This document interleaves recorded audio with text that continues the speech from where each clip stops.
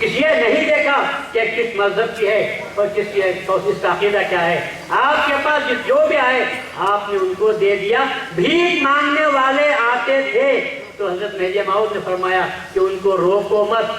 ممکن ہے کہ تمہارے صدقات خیرات سے اللہ ان کو ایمان بھی نصیب کر دے گا. آپ نے ان کو بھی دیا. تو ہمارے پاس بھید بھاؤ نہیں. اور اگر سیکولرزم کے معنی یہی ہے کہ کسی قسم کا بھید بھاؤ نہ کیا جائے تو ہمارے پاس بھید بھاؤ نہیں ہے. بلکہ میں یہاں پر کہتا ہوں اسلام اتنا کٹر سبق دے کر گیا تھا کہ حنفی ہی کے پیچھے رہے, شافعی کے مسائل کو نہ جانے. شافعی امام احمد بن حنبل کے پیچھے نماز پڑھنے کو تیار نہیں, مگر حضرت مہدی موعود علیہ السلام نے ان تمام اختلافات کو کاٹنے کے لیے سیکولرزم کا ایک نقطہ پیش کر دیا. وہ نقطہ یہ تھا, آپ نے فرمایا کہ سب حق پر ہیں, ان میں سے جو مذہب عظیمت اور عالیت کو لیا ہوا ہے اس کو لے لو اور رخصت کو چھوڑ دو. میں کسی سے لڑنے کی بات آپ نے نہیں کہی. ہم تو عالم ہیں, ہم تو جانتے ہیں, کتابیں پڑھ کر آئیں کہ جس سے علماء بیٹھے ہوئے ان سے پوچھو کہ سارا مذہب جو سکھاتا ہے کیا سکھاتا ہے؟ قال اقول. شافعی نے یہ کہا اور حنفی کہتا میں یہ کہتا ہوں.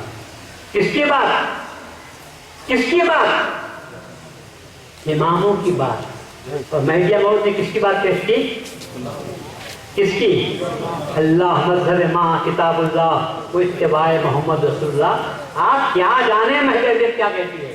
مہدویت کے جو پیغام دیا ہے وہ اتنا عالمی پیغام ہے کہ ہر قسم کے اختلافات کو آپ نے کاٹ دیا اور صاف ہو کر کہہ دیا کہ نہیں, ہر مسئلے کے دو پہلو ہوتے ہیں, اس میں جو عظیمت ہے اس کو اختیار کرو اور جو رخصت چاہے اسے کم میں اختیار کرو, چھوڑو, مجبوری ہو تو اس کو اختیار کرو. اس اعتبار سے جو لوگ باہر رہتے ہیں ان کو چاہیے کہ ان کے ساتھ چلے نہ جائیں.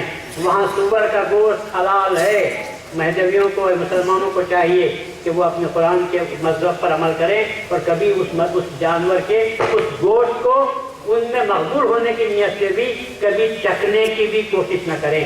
اگر مسلمان ہیں تو اپنا لباس وہاں کے آب و ہوا کے لحاظ سے جو ہے وہ پہنا کریں, لیکن عورتوں کو چاہیے کہ وہ لباس پہنے کہ جس کی وجہ سے گرم بھی رہیں لیکن شرم بھی باقی رہے. فقط گرم لباس پہننے کے اعتبار سے اپنے جسم کو کھلا نہ کریں بلکہ اپنے اس کے ساتھ ساتھ حیا, عفت اور شرم, یہ چیزیں جو باقی رہ سکتے ہیں ان چیزوں کو اختیار کریں. اگر وہاں لوگ شراب پی کر اگر اونچی سوسائٹی کے فرد بننا چاہتے ہیں تو مسلمانوں کو اور مہدویوں کو چاہیے کہ وہ شراب ہرگز نہ پئیں, ہاتھ نہ لگائیں, بلکہ گرم رکھنے کے لیے دوسری چیزوں کو اختیار کریں اور اونچی سوسائٹی کے ممبر بن کر دین کو داؤ پر لگا دیں. یہ ہرگز کوشش نہ کریں. تو ایک مہدوی کو باہر رہنے کے لیے جو باتیں ضروری ہیں وہ یہ ہیں, اور پھر اپنے نمازوں کی 5 وقتہ عبادت کریں. اگر اپنی جماعت کے آدمی مل سکتے ہوں نماز پڑھنے کے لیے تو ان کے ساتھ نماز پڑھیں یا تنہا اپنے طور پر نماز پڑھ لیں اور اس طرح اپنی زندگی بسر کرنے کی کوشش کریں. جناب بی ایوب خان تھا غیر مہدی بھائی کی اقتدا کے بارے میں. مولانا نے جو جوابات آپ یہاں پر دوسرے سوال میں دیے ہیں, اس سوال کا جواب بھی اسی میں آ گیا ہے. مختلف سوالات آئے ہیں جو مختلف قسم کے ہیں, مگر یہ سوال کے جواب میں جو جواب آ رہے ہیں وہ جواب جو ہے اس جواب میں مختلف سوالات کے جوابات ہی پورے ہو رہے ہیں. ایسے ہی مختلف 3-4 سوالات کا ایک سوال بنتا ہے. سب سے پہلے آپ یہ سنیں. السلام علیکم ورحمۃ اللہ. پال کوٹ سے ناجم الدین اور نثار صاحب یہ جاننا چاہتے ہیں کہ موت کے بعد چوتھا اور 10واں اور 20واں اور سودے لینے کی ضرورت کیا ہے اور کیا کرنے کی ضرورت ہے, اور مہینے میں معافی کرنے کی ضرورت کیا ہے اور کیا واسطے کرنا ہے تو ظاہر کر دیں. اسی سے تعلق رکھنے والا سوال ہے. قوم مدرہ میں معافی کے تعلق سے قدم بوسی کا رواج ہے, یہ جائز ہے یا ناجائز؟ اسی سے تعلق رکھتا ہے یہ بھی سوال. 2-3 افراد کے سوالات ہیں کہ چند مہدوی قوم کے لوگ زیرے کو جاتے ہیں, بزرگان دین کے قدم بوسی سے ناراض رہتے ہیں. ایسا کیوں؟ اس کا جواب چاہیے.